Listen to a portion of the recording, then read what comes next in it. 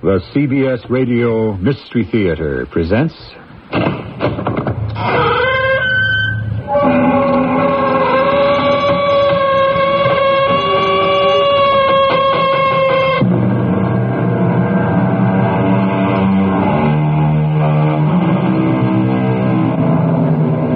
Come in. Welcome. I'm E.G. Marshall. Life, the philosophers tell us, is a journey. It is the story of the road we took and the people we met. And when that road crosses with another, it is the story of the choice we made. But what of the choice we didn't make? And of the people we never met? And of the fascinating country we never visited? The land of might have been. Here's the fella I want you to meet. Tom Ditson. Well, where does he come from? Well, I suppose you could say he comes from inside my head. Dudley, are you all right? I thought him up. Well, you're a writer, too. Haven't you ever created characters? Yes, but none of them that ever... It happens to all of us eventually. Your turn will come.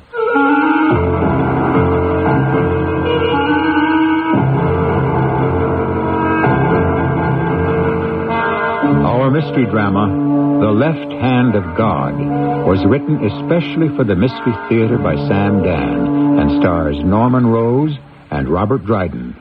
I shall return shortly with Act One.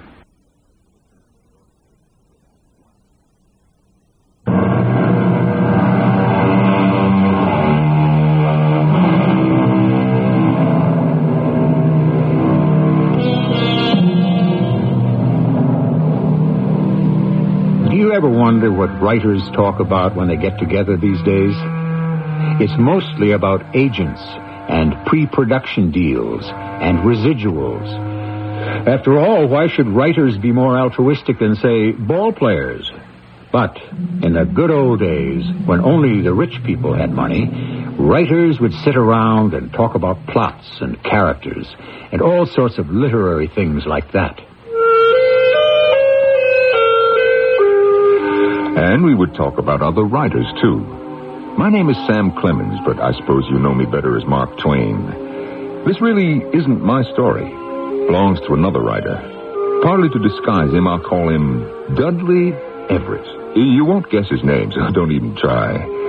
Well, one winter's night, must have been in 1907, I was sitting in my rooms in Greenwich Village in New York City. Sam. Evening, Dudley.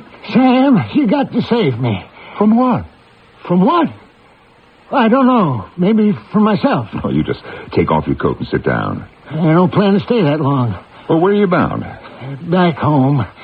Provided... Yes, provided. You come with me.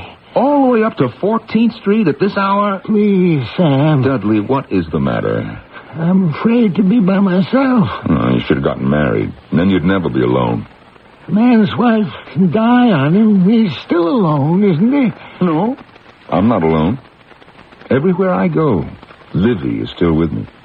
I close my eyes, I can see her. We talk. I'm never by myself. I always have her company. Sam, I came here for help. How can I help a man of 67 who tells me he's scared to be alone? It's too late. Too late, Dudley. You have to live the best way you can with what you've got.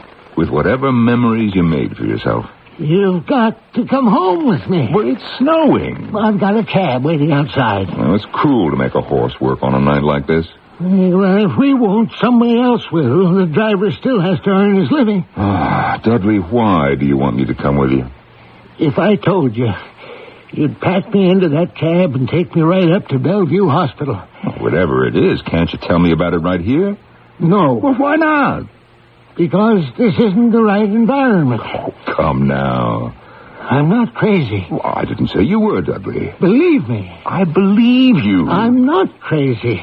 And I've done you a few good turns in my day. I don't seem to recall. But didn't I introduce you to Bruce Bosworth, the new editor at Everybody's Magazine? And didn't he swindle me out of $350? Anybody who would sign such a stupid contract... Please, Sam, it's a matter of life and death. Oh, is that all? You know, for a minute I was afraid it might be something serious.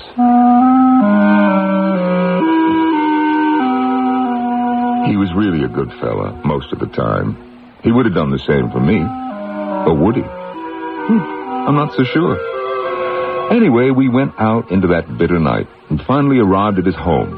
I was still no wiser. Well, Dudley, why have you brought me here?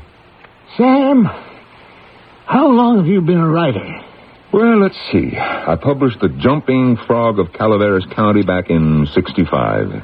Sam, have you ever met any of your characters? Of course I have. All of them. No, I don't mean just in your imagination. Well, I've also been a journalist. I've written about real people. What I mean is, have you ever met any of your fictional characters? I've patterned many of my fictional characters after actual people. That's not what I mean. Well, what in the thunder do you mean, Dudley?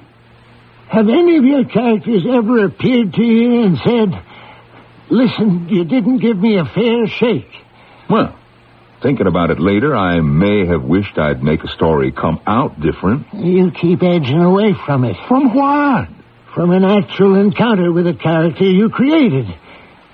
He becomes real. He has a life of his own. Oh, it's impossible. Why? He cannot have a life of his own. Why not? Because I have created him, and therefore the only possible life he can have is the one that I have given him. You're saying he can have no thoughts of his own? Only those I place into his head. Sam, I'm writing a story about a young man. He's going to be hanged. Mm-hmm. Why? For murder. Well, why'd he commit the murder? Now, the reason that I ask, you're not always as strong as you might be on motivations. Sam, we mustn't argue. Just listen to me. My character's name is Tom Ditson. He's 30 years old. He kills a fellow called Harry Barnes in a jealous rage. A jealous rage? I'm motivated, believe me. Harry Barnes steals his fiancée, Martha Loomis. Steals? Well, are you sure? In real life, a fella can't really steal what he never really had. Well, I make it very logical, believable, realistic. Uh-huh. That may be your problem, Dudley. Your strength as a writer is not as a realist. Now, you do best in lightweight, frothy, inconsequential, romantic... Sam, he's driving me crazy. Who? Tom Ditson. Everybody's magazine has already paid me for the story. Sam, you must help me. How? I'm going to place a sheet of paper into my typewriter. No, just hold it. Now, this could be your problem. Right there. This newfangled machine. Well, how can a man think? Here's where I am. And now, Tom Ditson must mount the scaffold. The executioner waits. Yes? I can't get him up there. Well, why not? He won't let me. Dudley, all you have to do is write, "He climbs the steps." I can't. I see his face. I hear his voice. Now, hold on, Dudley. Don't you see him? No. Don't you hear him? No. Sam, I'm losing my mind. He's here. He's in this room. Dudley, of course he is. Oh, Sam. Bless you for saying that. It means I still have my sanity. Dudley, you see, he is inside your head. That is why you can see him and hear him. You mean you don't see him? Or hear him? I had never heard such anguish in a human voice. What could I say to him? No, I don't see him. I don't hear him. Well, what good would that have done? So, I decided to play along. Why fight him? Well, now that you mention it, Dudley, I think I just... What? Dudley, is that him standing there? Of course. It's Tom Ditson. Did you hear what he's saying? Well, I'm getting a bit deaf, you know, and I'm afraid he is mumbling. What is he saying? What he always says. You see, I'll start to type. Now, just listen to what he says. Tom Ditson is about to climb the steps of the scaffold. No, don't. Please, don't make me go up there. Hear him? He's begging me for his life, Sam. I haven't got the heart to refuse him. Well, you tell him. Tell him what? Tell him that he committed the crime and he has to pay the price. Maybe. Justice must be served, Tom. Thou shalt not kill. The Bible tells us. No, it isn't justice. It is justice, Tom. What is the problem? He won't accept it. Why should I? I didn't kill Harry. You did, Dudley Everett. You put those thoughts of violence and murder in my heart and brain. You should walk up those steps, not me. The noose belongs around your neck, not mine. Please. What is the matter now, Dudley? He won't let me execute him. Well, how can he stop you? His eyes. Don't you see his eyes? I can't do it. Oh, no, I know who that is. It's Bruce Bosworth, the editor. Tomorrow's the deadline. I promised him the story. What am I going to do? Deliver it. I can't. Well, you better. You'll never sell another to Everybody's Magazine. Now, let's face it. Nobody else is really clamoring for the type of story that you're turning out lately. What am I going to do? Answer the phone. Please, I can't face him. But you have to. Or he'll put it about that you cannot be depended on. He will ruin your reputation. Now, please, Sam. Do it for me. Please. All right. Hello. Yes, this is Mr. Dudley Everett's residence. Yes. This is the butler. How can he afford a butler? Well, that, sir, is hardly a proper question to put to me. Mr. Everett cannot be disturbed. He is writing. I cannot summon him to the phone, sir. He gave orders that he is not to be interrupted. Yes, I believe he is completing a short story for delivery tomorrow. Very good. I shall give him your message, Mr. Bosworth. Good evening. What'd he say? Well, I got you out of it. How? You said I'd have the story ready. And you'd better. What am I going to do? How am I going to finish the story? Dudley, I told you. Type it.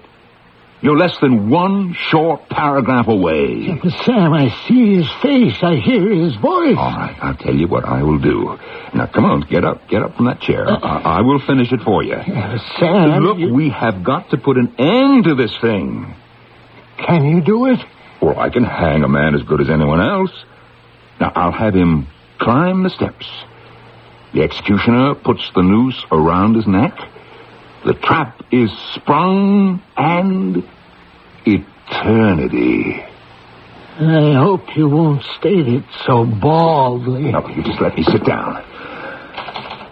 Tom Ditson must now keep his appointment with eternity. Slowly he mounts the scaffold steps. No, I won't do it. You can't make me do it. Who is that? It's me, Tom Ditson. Can't you hear me? Tom Ditson? Oh, please don't kill me, please. Dudley, I hear somebody. But you know that is impossible.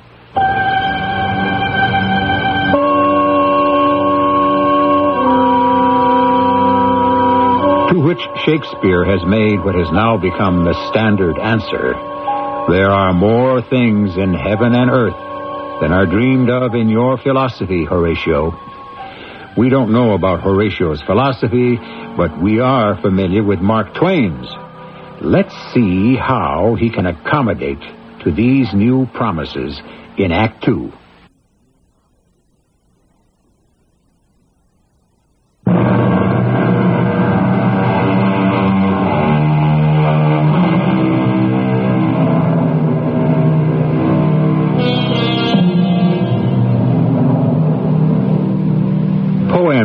Said Sergeant Joyce Kilmer of the Rainbow Division.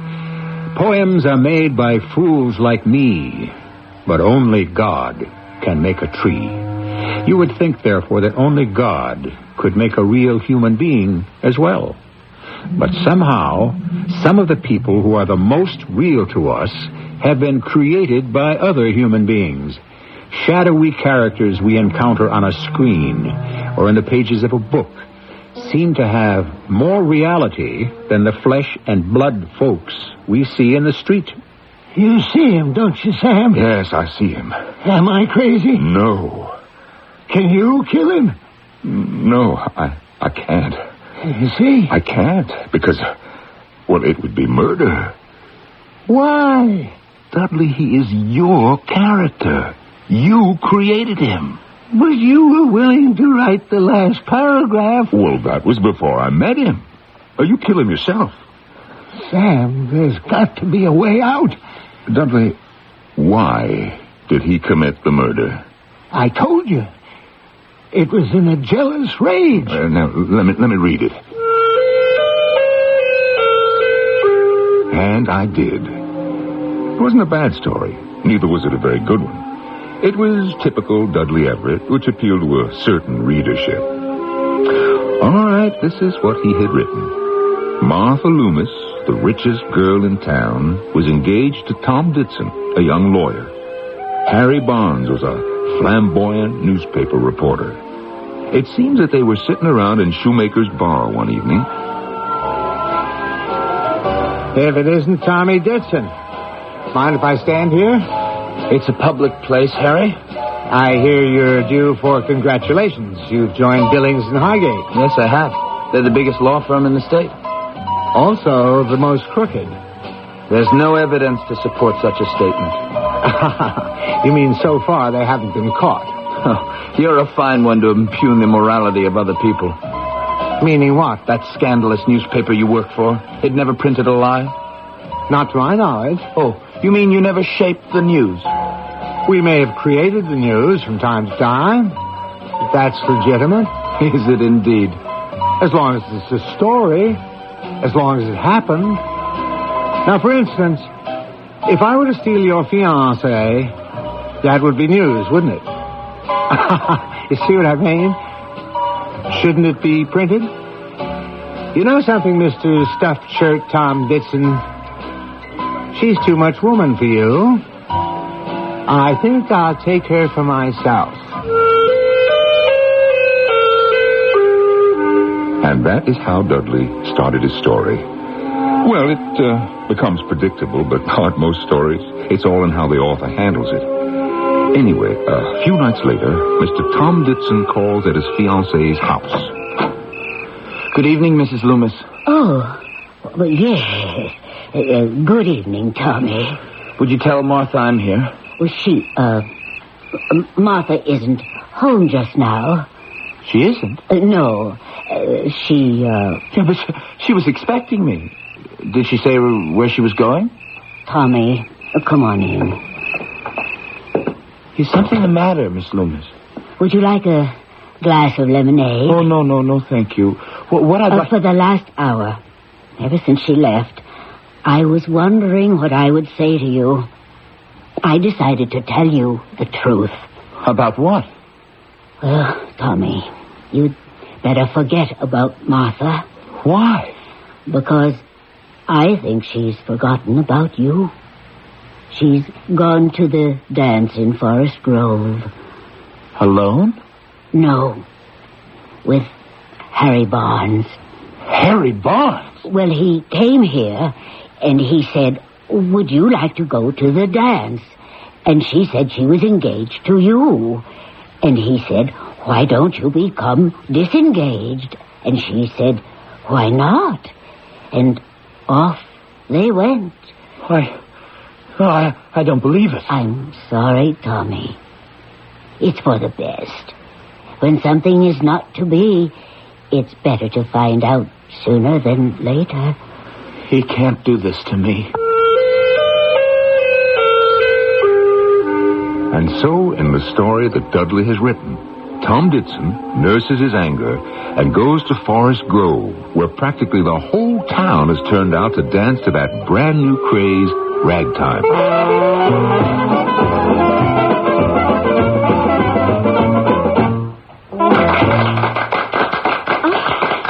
I didn't know you were such a You'll find I'm full of surprises, Martha. Martha, what's the meaning of this? Please, Tom, did you have to come here to make a scene? Oh, you're the one who made the scene in the first place by coming here with him when the whole town knows you and I are engaged. Oh, I'm sorry, Tom. Oh, Martha, don't you see? He's only doing this to make a story for his newspaper. I am doing this because I happen to be in love with her. And I'm in love with him. I'm sorry. It's how these things happen. Harry, you said to me, if I should steal your fiancée, that would be news, wouldn't it? Well, it's turning into a bigger news item than you thought. Harry, he's got a gun! But you won't live to write it. No! And so Tom kills Harry. And although his lawyer pleaded the unwritten law, the tough old judge would have none of it, and neither would the jury. Murder is murder, and murderers must hang. There was no plea bargaining in those days. Do you see what I was trying to do in the story, Sam? Yeah, I suppose. A casual sort of wager in a bar ends in the death of the man who made it. You had no trouble killing Harry. Why? Because he was a bit of a scoundrel, right? Yes. But I didn't want Tom to die, too. Well, how did you hope to prevent it? Well, I thought the unwritten law. I thought the jury would sympathize with him. Well, you could have made them do it. It was your jury. Yeah, but I lost control of them. Probably because you didn't plot them carefully enough. Sam, I know all about plotting, but that's what they went ahead and did. You have to end the story and deliver it, which means that you have to kill Tom. So he has got to climb up that scaffold, and that is all there is to the thing. I can't, Sam. Dudley, you always saw Tom as a nice young fella, right? Yes. Change him. How? Make him the villain. Make it all Tommy's fault. Now, here, I'll help you. There. Now, you sit down and you write. Make Tommy a thoroughly detestable person. Have him steal Harry's fiancée. But it isn't the same story. It'll be a better one. Why? Because it's your idea? You have a reporter create a news item which is basically the story of his own death. Switch it. Have a lawyer make a bet which he wins, but loses. Oh, I don't know, Sam. I don't know if I can do it. You have got to do it, Dudley. It's the only way you can finish him off. Have Harry kill him. Now, look. You rewrite the opening scene. Have Tom bet Harry that he can steal Martha, who happens to be Harry's fiancée. Well, what are you waiting for? It'll soon be morning. All right. Personally, I thought it would make a much better story myself. And so, here is what Dudley did with it. We're in the same saloon. Tom, who is now a villain, is having a drink. Harry stops by. Well, if it isn't the crusading journalist. How are you this evening, Mr. Joe Pulitzer? Hello, Tom. How about a drink? No, thank you. Oh, too good to drink with me. I don't drink. Then you're too good to be true. What are you doing in a place like this? I'm looking for news. And if you can't find any, you'll make some. If you'll excuse me. You mean you fellas never manufacture any news to help out on a dull day? You're an attorney. You should know better than to make charges that can't be supported by facts. Oh, it's very touching. Well, I can help you make up a news story. Oh, thank you. I'm not interested. You should be. It concerns you. In what way? In a most personal way. You just announced your engagement to Martha Loomis. Well, how does that concern you? I'll bet you I can get her to break it. Good night, Harry. You afraid to bet? I wouldn't want to take your money. I wouldn't hesitate to take yours. Good night, Mr. Barnes. Just remember we got a bet. The prize is Martha herself. It wasn't a bad scene. I would have given it more color, but Dudley never was at ease in saloons. Well, now we go to Martha's home the next evening, just as we did in the original version.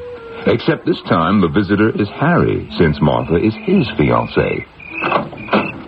Oh, good evening, Mrs. Loomis. Oh, yes. Good evening, Harry. Would you tell Martha I'm here? Well, Martha isn't home just now. She isn't? But she was expecting me. Did she say where she was going? Harry, please, come in.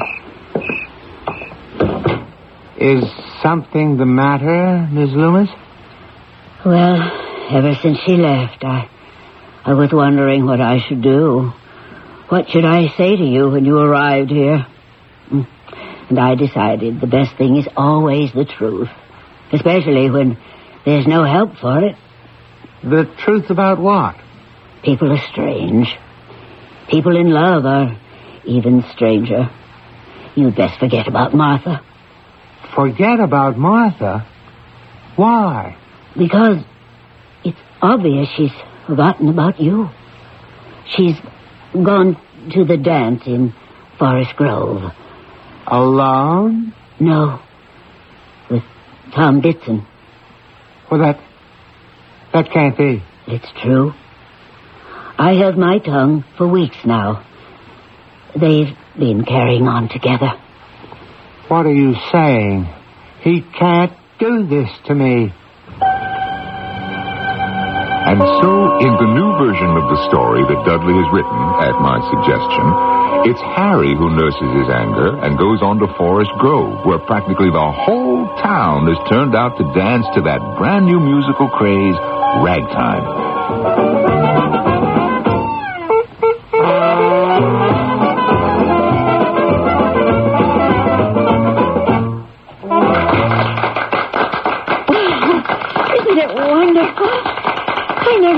Such a wonderful dancer, Tom. Oh, you'll find I'm filled with surprises, Martha. Martha, what's the meaning of this? Oh, please, Harry. Did you have to come here to make a scene? Martha, we're engaged. He's only doing this to win a bet. I'm doing this because I happen to be in love with her. And I happen to be in love with him. He's lying, Martha. Now, Harry, why don't you just run along? Three's a crowd, you know. I won't let you ruin her life. Tom, he's got a gun. No, Harry! I'll stop you. Oh, no, you won't. Oh, somebody do something. Drop that gun. Drop that gun or I'll...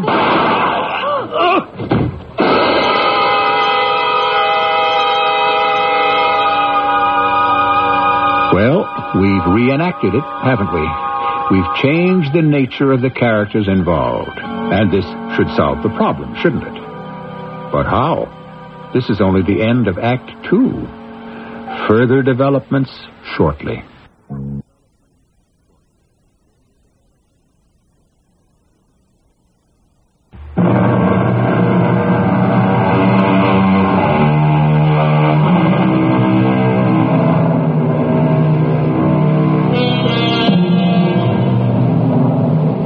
An architect lays careful plans for the construction of a house. And it all looks marvelous on paper. But once it's up, the plumbing may not work. The roof leaks. The basement floods. After a while, the whole place might collapse. Why is it different with writers who make such careful plans for their stories? And so that is how I convinced Dudley to solve the problem. Get Harry to Forest Grove and kill Tom in a jealous rage. But do you know something? Dudley fouled the whole thing up again. Well, here it is. Read it. Let me see. Harry and Tom struggled for the gun. Suddenly, there was a shot. Harry fell dead. Harry? Dudley, what are you doing? Isn't the whole point to have Harry kill Tom? Yes, I know, but But what? It wouldn't write itself that way. What do you mean, write itself? It doesn't write itself. You write it. Please, Sam, it just came out that way. Well, so what have you gained? I think I finally achieved reality. What reality? That Harry is really a basically stuffed shirt. Had he been a more interesting fella, Martha would never have left him. And what about Tom? He's going to go free. But he killed a man. In self-defense. Well, all right, Dudley. Make your jury arrive at that verdict, and you are home. It was a story. I would not have written it, but then again, well, why say more? And so he is writing the trial scene. The prosecutor is summing up. I see a strange light in Dudley's eyes. Now the prosecutor begins to wax eloquent. A danger sign. Self-defense? Really, gentlemen? I call it murder. Deliberately provoked murder. Here is Mr. Tom Ditson, known to be a rake, a man utterly without morals, and he is 6 feet tall. He weighs 180 pounds. He is known to be a bully. There was Mr. Harry Barnes, 5 feet 5 inches tall, weighing 150, mild, unassuming, gentle. I say to you that Tom Ditson, desiring to extend his salacious love affair with Martha Loomis, deliberately provoked Harry Barnes into a fight, and thus, in cold blood, under the appearance of self-defense, killed him. What do you think of it? Well, it's not bad. The jury returns with the verdict of murder in the first degree, and Tommy must hang. Well, I thought that the whole idea was to have Harry kill Tommy because you couldn't hang him. Yes, but the prosecutor simply got away from me. Wasn't that a splendid speech? Dudley, do you realize that it is 4 o'clock in the morning, way past bedtime for a couple of old duffers like us? All right. I can write the last paragraph easily enough now. And so, Tom Ditson must now mount those steps to where the executioner waits to dispatch him to eternity. No. Oh, good Lord. He's here again. Tom is here. You can't kill me. You deserve to die. I'm innocent. You deserve it. Where's Sam Clemens? He's Mark Twain. Ask him. He's the greatest living writer in America. Now, Tom, I am sorry, but it just has to be that way. Why? Because it was murder. You did provoke him, didn't you? Yes, maybe I did. Well, there you have it. Yeah, but whose idea was it? It was Dudley's. Huh? Didn't you say a character in fiction can have no thoughts of his own? The only ones he has is those the writer gives him? Huh? Didn't you say that? I may have. So? There's no help for it, Tom. You have to die. But why? Because, quite frankly, he has to deliver the story to the magazine which has already paid for it. Give back the money. I can't. I've already spent it. That isn't my fault. No, just listen, Tom. Dudley will make it up to you. How? Well, first you have to climb that scaffold and die like a good fella. And then, Yeah, then what? I got it. Dudley will send you to heaven, where you will have a wonderful time. Doing what? Playing a harp?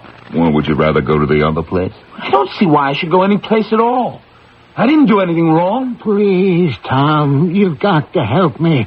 No matter how I write the story, it always comes out that you were found guilty and are sentenced to hang. I simply can't make it work out any other way. That's your problem. I'm not going to climb up those stairs. Sam, what am I going to do? You just sit down at your machine. I can't kill him. Those eyes, they're going to stare at me for the rest of my life. Sam, help me. I tried to help you. Try again. Quit fighting it. Tom is guilty. No. Now, you just shut up, Tom. You just be thankful that you are one of Dudley's characters, because if you were one of mine... Oh, what's your idea, Sam? Take either version of the story. Tom the Saint or Tom the Sinner. Have him mount the scaffold. Yes? The executioner places on the hood, adjusts the noose. Sam, what are you saying? All is in readiness. We have that final pregnant moment when the whole world seems to stand still.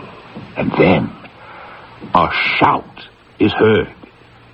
Reprieve!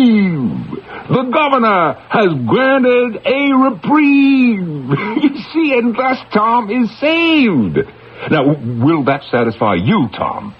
Do you have to cut it so close? Well, you have to give Dudley a chance to build up suspense, although I do admit that suspense was never his long suit.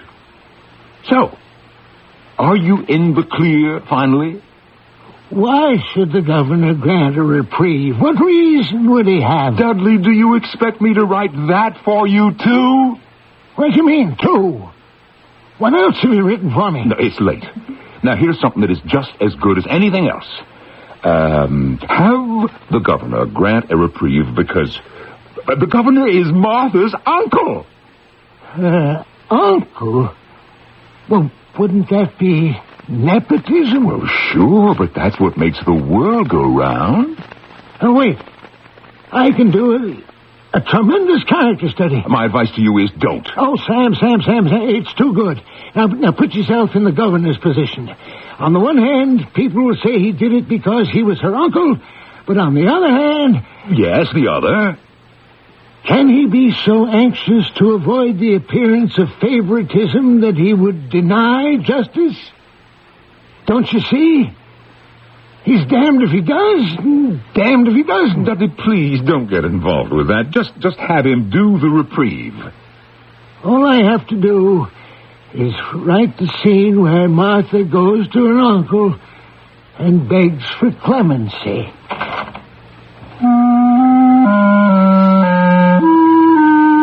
And he did. And it wasn't a bad scene, that is, for Dudley. A bit florid for my taste, but adequate. Please, Uncle.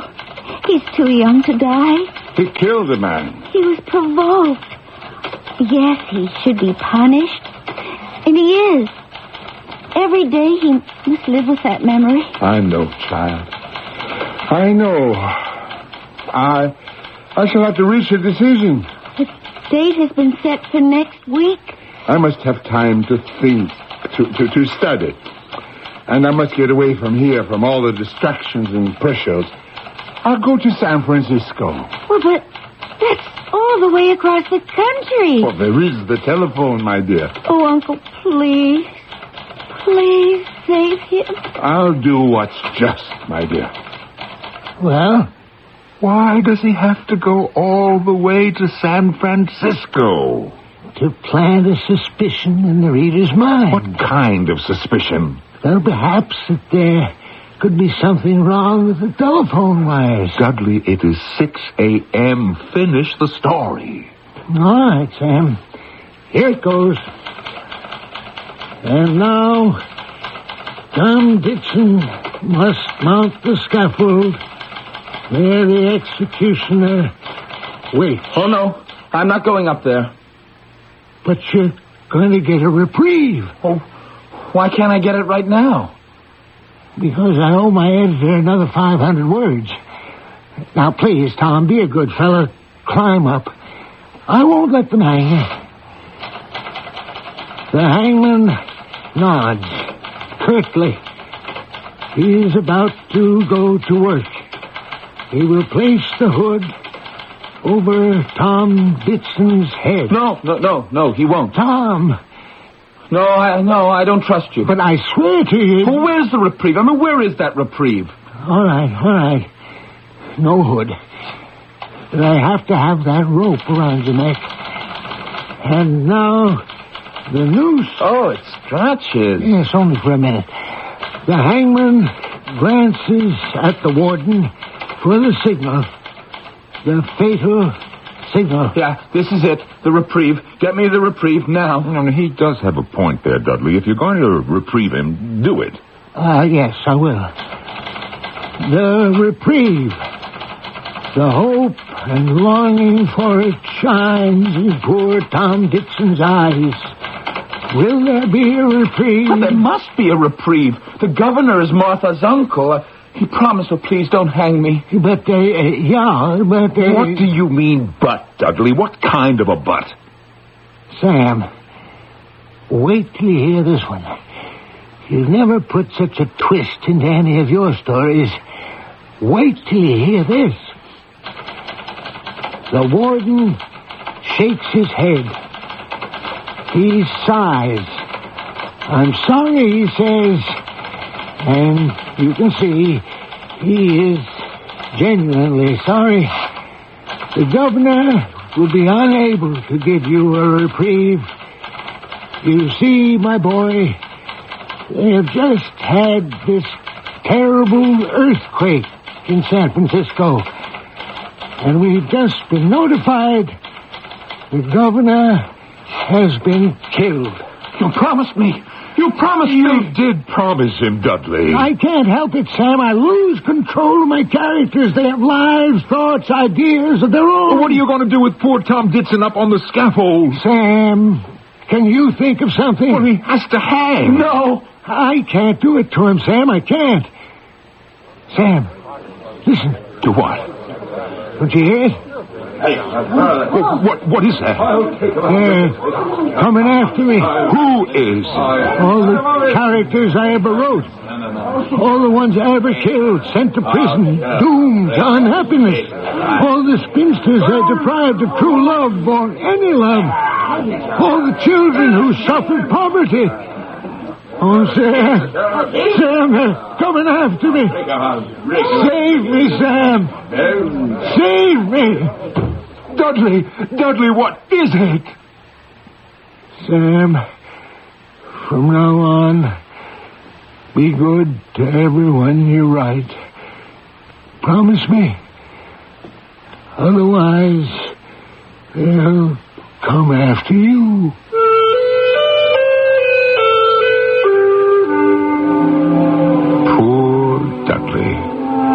He's in a sanitarium.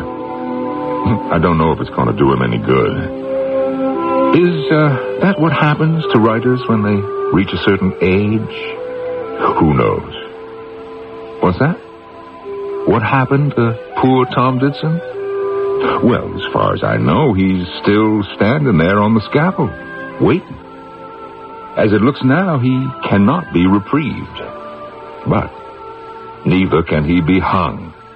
So, he's in limbo, like so many of the rest of us.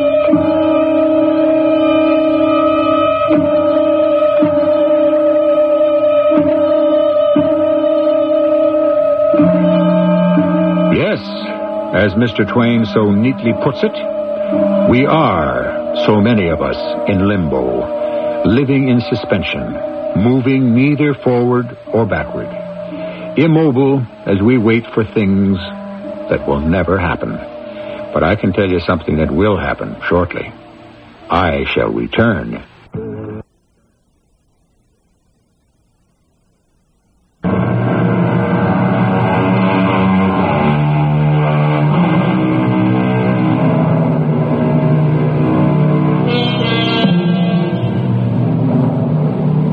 Do the characters a writer creates suddenly rise up to overwhelm him? Probably.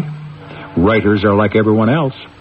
They have difficulty when it comes to controlling their fancies. Look at where fancies may lead.